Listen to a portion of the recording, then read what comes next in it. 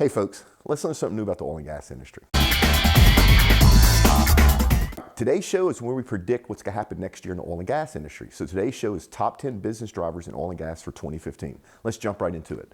Number one, low crude prices. And when I say low crude prices, we're predicting that crude's going to get below $50 a barrel.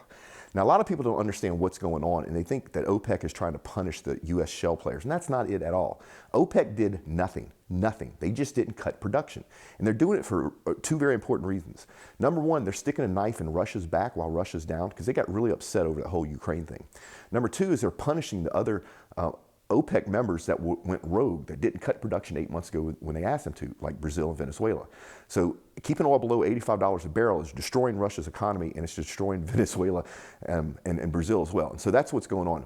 We are predicting that those crude prices will stay low all through 2015, and about mid-2016 they'll get back up to $85 a barrel.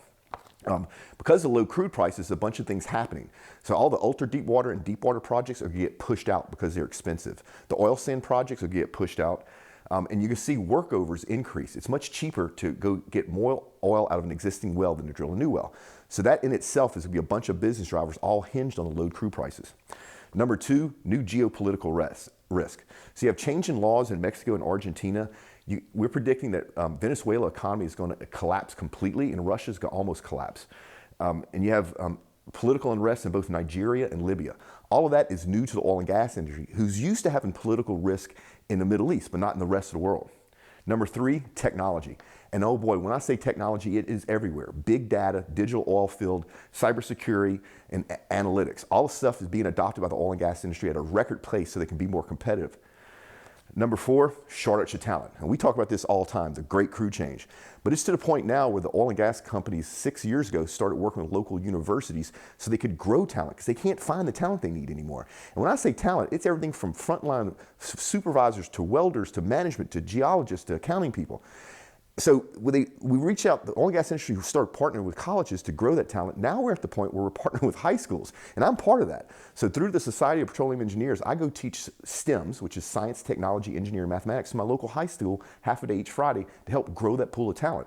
If this keeps up, I'll probably be out teaching kindergarten about the oil and gas industry. Mergers and acquisitions. It is a right market for mergers and acquisitions, and we're going to make a couple of predictions. Somebody's going to buy BP. It's either going to be Exxon or Shell. And I think somebody's going to buy National Oilwell Varco. But there's a lot of small players out there that are over leveraged, and because of the low crude prices, it's prime time for a bunch of mergers and acquisitions. Number six, rising emerging market demands. India, for the first time, has surpassed China for the consumption of crude. That's totally different. It's going to drive some different metrics in the oil and gas industry. Number seven, gas. And what else can I say? It is all over the place. The electric companies are switching to gas for their feedstock, which is lowering the price of electricity. You can use gas in plastics manufacturing. We're building other facilities to ship it all over the world. Gas is still a major business driver. Number eight, low interest rates. And what does that mean? That means that companies can now borrow money very effectively. So these large CapEx projects will get kicked off. The LNG plants, the compressed natural gas plants, pipeline, rail expansion, all that's going to be another driver in oil and gas. Number nine, longer term project planning. So the big oil companies and even the independents are now, instead of looking at their projects from a 5 or 10 year view, I have to look at them from a 30 to 50 year view.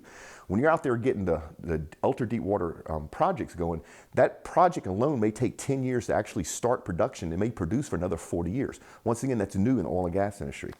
And then number 10, uncertain energy policies here in the U.S. Let me tell you, we just talked about this, a typical project, deep water, is a 30-year project, but we change political administrations every 4 years. Those two do not go together. So the oil and gas industry has to really look at what's going to happen politically. We got a couple of predictions, right? Number one, we think that the U.S. is going to lift its import ban, partially so we can also stick a knife in Russia's back, but it's also the right thing to do from a business point of view. Keystone will not get approved in 2015. It will get approved in 2016 at the end of Obama's administration so they can take credit for the jobs created. So there you go. Top 10 business drivers in oil and gas in 2015. I hope this helped. We will see you next time. It's just funny because I can't make it. I'm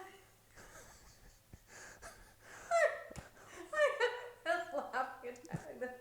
It's because I'm supposed to be back here being quiet. You're not doing anything funny. It's because it's that moment where somebody falls down the stairs. It's right. That moment at the funeral that you're supposed to be good. Okay, you're doing great.